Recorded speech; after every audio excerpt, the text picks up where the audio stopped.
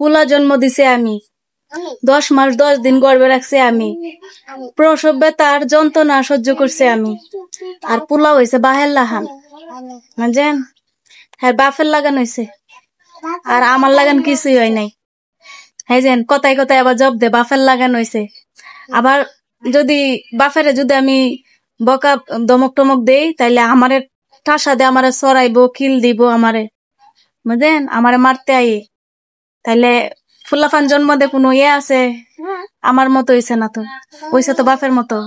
আবার যদি বাপের কিছু কই, তাইলে তো হয়ে যায়, লেগে যা পুলার, বুঝলেন? পুলা প্রতিবাদ করে, এখনই প্রতিবাদ করে, বাপেরে যুদ্ধ দমক দিই, তাইলে হয়েছে দৌড়ায় আমার মারতে আইব এই পোলাই, বুঝছেন? 10 মাস 10 দিন গর্বে রেখে আমার ভুল হয়েছে না, এই যে কয়না ফুলাফান হইলেও জ্বালা, না হইলে আরো বেশি জ্বালা, বুঝছেন? ফুলাফান হইলে জ্বালা, না হইলে আরো বেশি জ্বালা।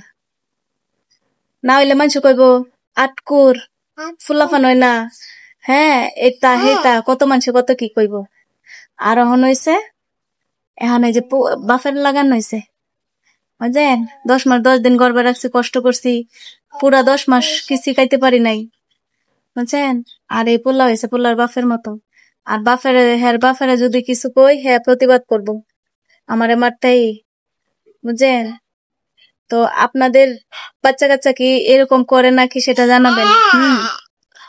চুলকায় না বাবা, চুলকায় না, এই হচ্ছে কথা, বুঝছেন? এখন আর যেমনে যখন জ্বালাইবো, চুলকায় না বাবা, মাধ্যম যখন জ্বালাইবো তখন হাই রে জ্বালা রে, মার যে কি অশান্তি, সংসারে কাজ কাম হইরে, দোকানে 100 বার কইবে মোবাইল দেও, দোকানের মজা কিনা দেও, এই দেও হেই দেও, মানে সারাক্ষণ আছেই, মানে এই কথাই, বুঝছেন?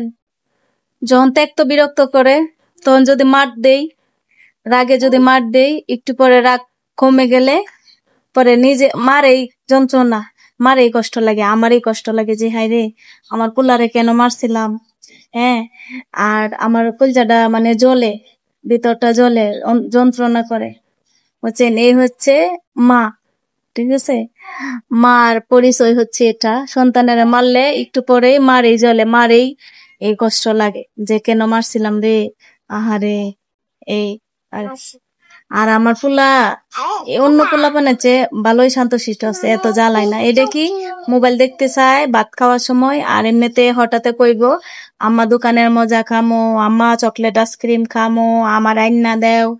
যদি ইয়াত লয়ে যাই, মাঝে মধ্যে বেরোই একটু, তাইলেই কইব আম্মা খেলনা কিনা দেও। গড় পুরা বড়া হের, খেলনার অভাব নাই, কাটের নিচে সাইন্সের উপরে রেখে দিছি, তবু বাইরে গেলে কইবা আম্মা এই খেলনা কিনা দাও, আমার এই লাগবো, আমার সেই লাগবো, বুঝছেন? আমার ছেলের অভ্যাসটা হয়েছে গা এরকম।